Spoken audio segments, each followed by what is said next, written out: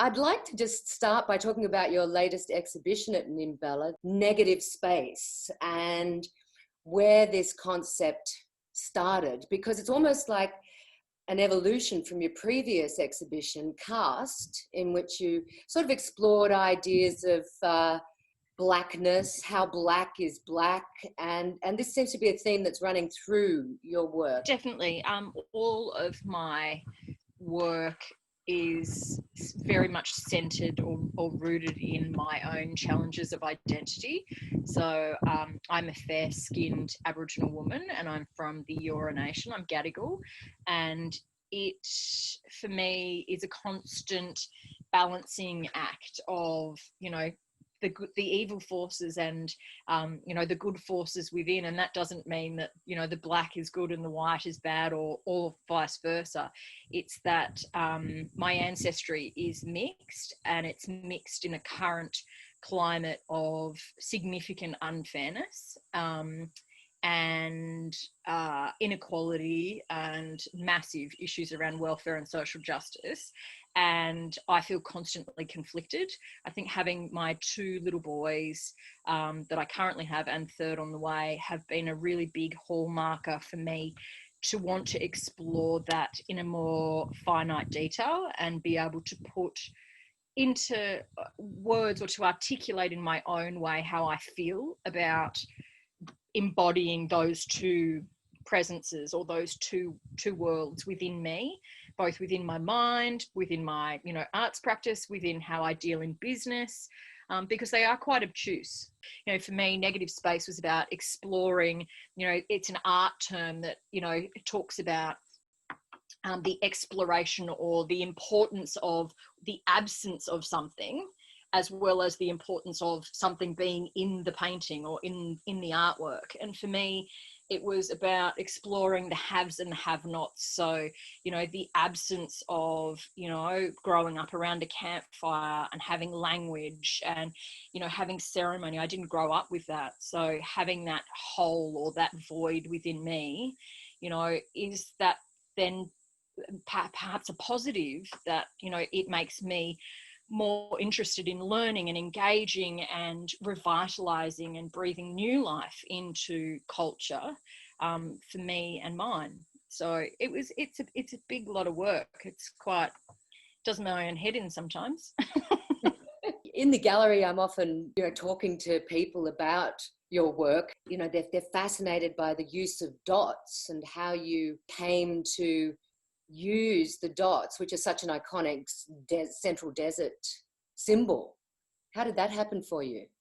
It just happened. I think I had a painter and beautiful law woman, Nellie, out from the Rock, out from Uluru, say to me very early on in my career, you don't choose the dots choose you.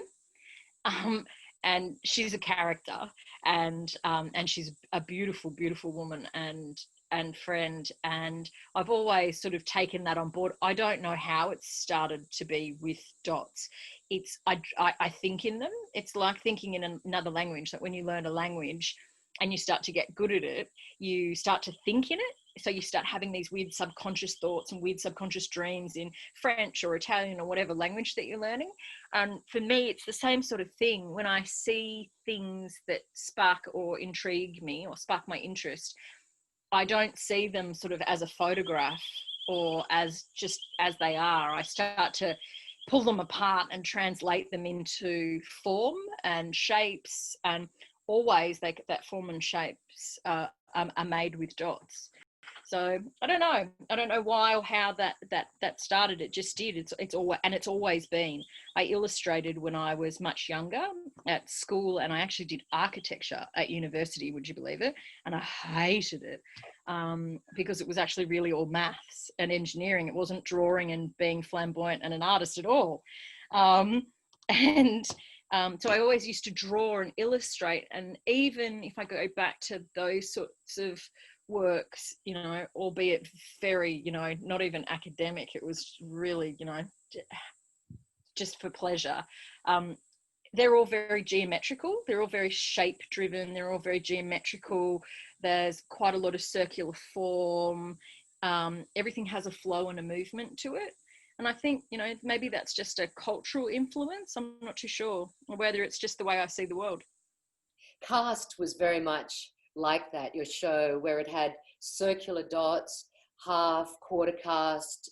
You know, you were playing around very much with that notion of spatial awareness and also racial awareness, I guess.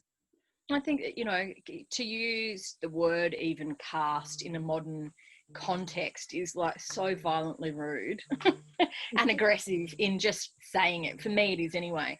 Like, what caste are you? You know, are you upper, you know, are you upper or lower or middle? It's such a divisive word, and it was always meant to be divisive, whether you're talking about Australian Aboriginal culture, or whether you're talking about Indian culture, or, you know, the culture of many other First Nations people from around the world. Caste, or the dilution of caste to make you a diminished amount of, like a lesser amount of, is so divisive.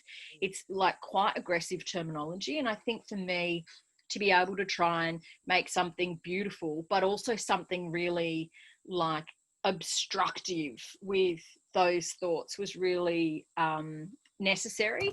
That's why I broke the canvases really like harshly into like bits, and they were like part black and part white. Like, you couldn't get away from the message that I was cutting it up. Like, it was very thoughtfully done that way, and it was supposed to be a bit offensive, if you like. Yeah, it's very confronting, but also very beautiful, you know? I mean, it's a subtle, even though it's like slapping you around in the face, it's also very highly decorative. Yeah, and very, I suppose, much of my work is quite geometric in its form. Like, a lot of the things that I work with, or a lot of the subject matter I work with, are from country, like are from nature, and then it's those forms that then inform the shapes that I use. So, you know, it was supposed to be that balance of, you know, destruction and beauty. It was supposed to, that, you know, I wanted them to be beautiful pieces. I didn't want to make ugly art. I wanted to make beautiful art, but I also wanted it to be worthy of someone's consideration and time, and not just, you know, a pretty Aboriginal painting on the wall. That's not my game. I'm not the country road of art. I don't ever want to be.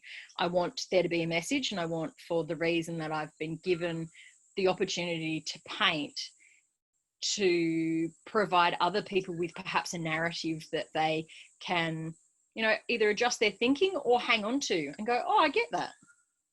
That makes sense to me.